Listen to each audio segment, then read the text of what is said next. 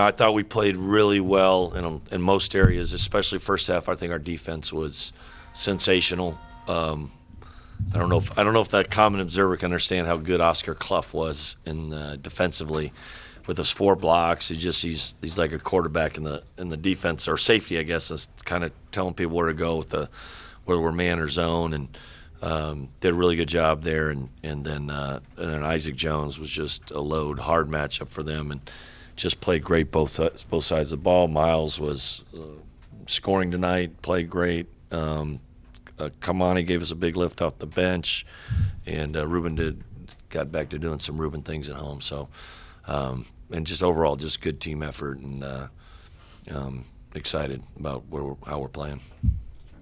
Kyle, after you guys got out-rebounded down there, to see the guys come out tonight and all your bigs, score the ball but also rebound, and you mentioned Oscar's defense on IMAC. Just how important was that to kind of set the tone? Yeah, no, I mean, we said it after the game when we had you're up 7 with 2 minutes to go down there, and it's funny, you walked out again, you know what, they deserved to win because they out-rebounded us, they won the turnover battle.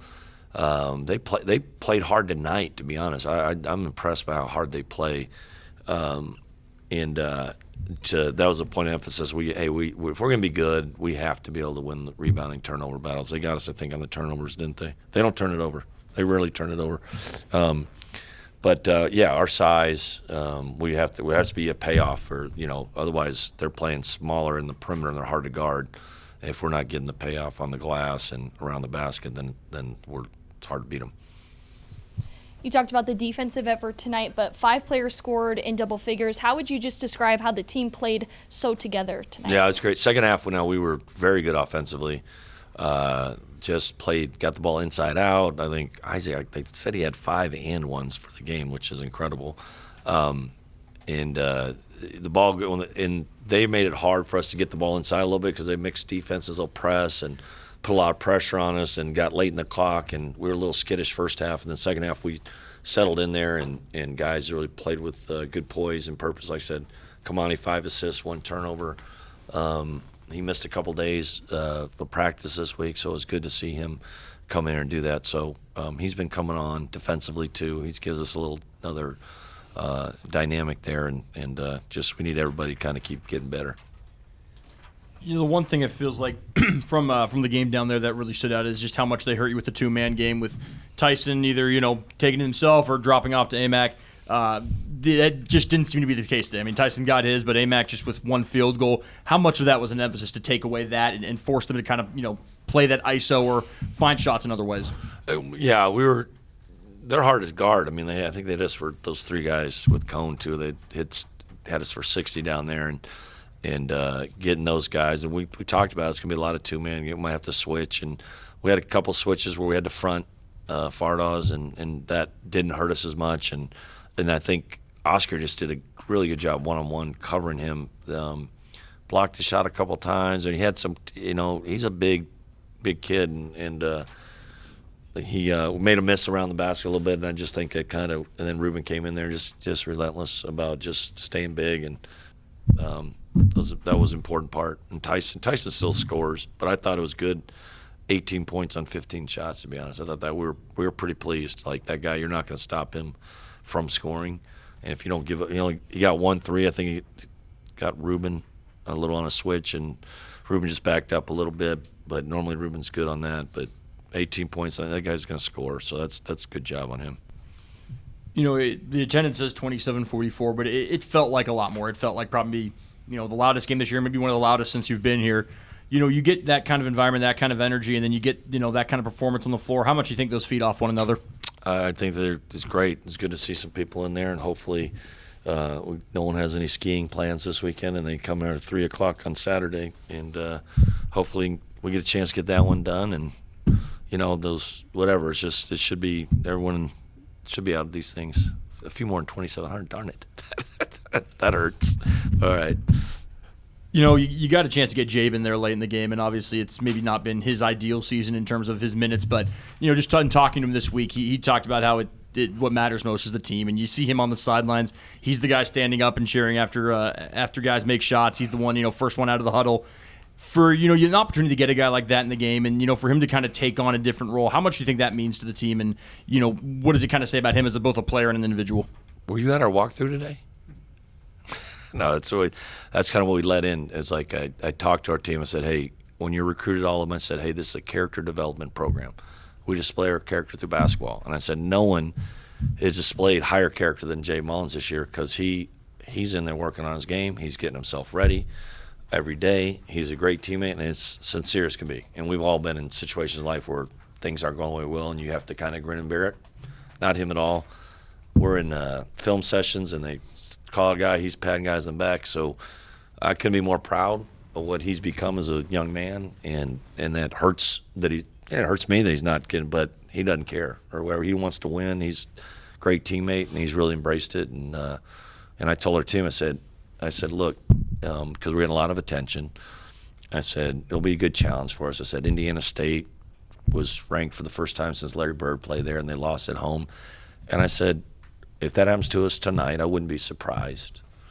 I said, I'd be a little surprised, but I wouldn't be shocked. You know, those things can happen. But if we're right, we can be all right. And I said, we need to lean into Jabe. Jabe's been on NCAA tournament teams. He understands what this attention's like. And he's just a class act every day, and it's sincere. And anyone that knows him knows that. So I'm glad you brought that up because that was kind of our talking point. It's like, man, that's how you know you got a good team, a guy like that. Miles seemed way more open to letting the fly from deep tonight than he usually is. What was kind of behind that? You'd have to ask him, but I think, I encourage him on, there's some that he still, like said, his decision-making on when to shoot those and that, I think, still developing, and he's kind of a momentum guy, and we're trying to, there's one against zone, the first, maybe it was early second half, his first three, it was like maybe 11 on the clock, and I let it go, and he did, he made it, and it's like, because a lot of times on penetration, he'll turn some off penetration, he'll turn some down. It's like, kind of got to shoot those. Get the defense sector, you're a good enough shooter. The catch and shoots, he's not always comfortable wanting to shoot those, and he'll get himself a little bit of trouble like trying to penetrate, but it's just figuring those things out. Now, the one where he's backpedaling in the corner, he banged it, I was like, all right. I said, we got it going. And then Oscar tipped one out, kind of in the game. We're up 15, or we're up pretty good, and tipped it out, and he launched like a 25-footer, and I was like, yeah, pump the brake. Like, that would be time as a point guard, and that's part of the process. Like, hey, that's time to, we just broke him with an offensive board, make him guard us. Let's pump that thing back inside. And then it comes back out, shoot that one. So that's what he's learning. And like I said, he's a really good player, obviously, but also really smart and considerate. Those are things that are just going to come as he keeps playing. I'm curious about some of the rim protection you guys are putting out there. I mean, they were 7 of 15 on layups tonight.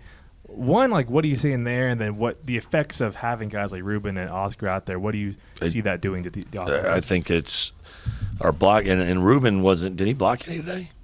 No. And Ruben wasn't at his best in that, and like he normally is. And it was, all I said, it was Oscar, Kamani. Did Isaac get one? No, Isaiah had one. So I just think we're so big when you're around the lane, it's gonna affect you, and that's why we gotta get off the boards because we don't force turnovers. I felt like we did a lot tonight. We had 8. How many steals we had? 5. That's a lot for us. So we don't do that. It's just kind of how our defense and even our best perimeter defenders actually might be like. It's ironically Isaac's good at keeping guys in front. He's so big. Oscar usually pretty good, shockingly good, and Ruben's usually wasn't as good tonight, but usually they're pretty good. So that's the way we're playing. And if they keep slide their feet around the rim, it's just hard to. You're going to be worried about them. And then I know your mind probably is not there yet, but with Stanford on Saturday, how do you make it 2 straight? Over those guys. I have thought about it. I'm on to the next. They're really hard to guard, I think they didn't have Spencer the last time we played him. And that's pretty big. He's a pretty big cog in their wheel. So, that's just kind of fortunate for us that he wasn't available. But it's about they're a little similar. They're even harder to guard. They just really spread you out. And Reynaud, he had the last 10 minutes of our game down there. He really came on, and he hadn't looked back since. And I think he's averaging 24 and 9 his last 8 games. So. Oscar and Ruben, we're going to have to really do a good job on him. He's an emerging talent, to say the least. In sports, a lot of the time, you'll have teams that get real hot in the regular season and then kind of taper off and then maybe flame out. What are you guys doing to keep hot, through the end of the season and then maybe into the later? If I knew that, I would.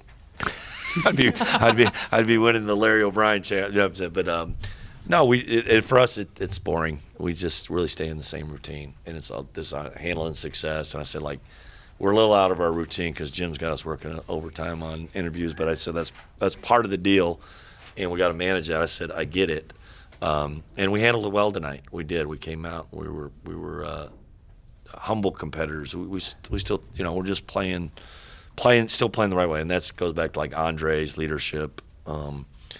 He's such a great role model too, as far as just his effort and consistency every day. So that's what you got to do. I think that people, sometimes you'll see, because there'll be narratives, and some teams have emerging talent late and they get hot and they're good. But I think it's the teams that can still consistently bring great effort and do what they do best, even throughout the season.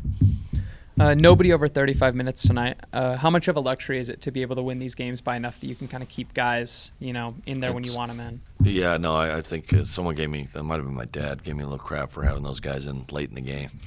I was like, you know what? I didn't want. This sounds funny as a coach, like, want to make sure we finish that game the right way, like not turn it over and get sloppy, because those sometimes will carry into other games or that. So, and we did. It's good for our bench to get, Kamani solid 17, Ruben 15. Would like to get Isaiah a little more in there, but it's fine. That's good. We just really settled into a good rotation, I think. You talked about how your team doesn't force that many turnovers. Of course, you also talked about how Miles got 3 steals tonight. Miles does so many things well, but what does it mean when he adds that element to the game and for you guys? I mean, he that just gives you easy baskets, which is pretty helpful, and he's gifted there. And we are, we could use another perimeter defender, quick one that could really guard the ball. And then if you could get Miles off the ball, he would average 3 steals a game. Really, he has to guard the ball. It's a little harder to steal the ball. It's a harder job. But that helps. And then sometimes the same thing. He's kind of he got some impulse control. He'll gamble and making the right decision, again, part of the group. But having that talent and the ability to do that can change a game. You talked about handling attention and handling success. How would you say you've personally handled these last few weeks? Awesome. We keep it. Honestly, I mean, it's funny, because they keep asking me, like, well, what would it mean to go to? I said, you know what? It mean a lot, but at the same time, it's not going to define me as what I am as a person.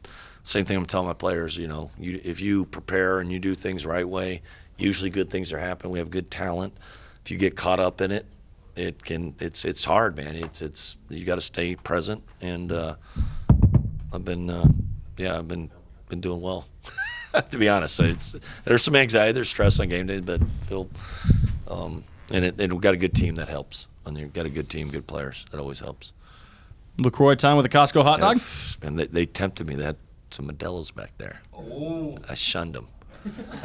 So all that hot dog. Actually, I think I got a ballpark waiting for me at home. I've been really, really working on grilling them, and then I grill the bun. I've been on a hot dog binge lately, but I got to get out of that. It's not good.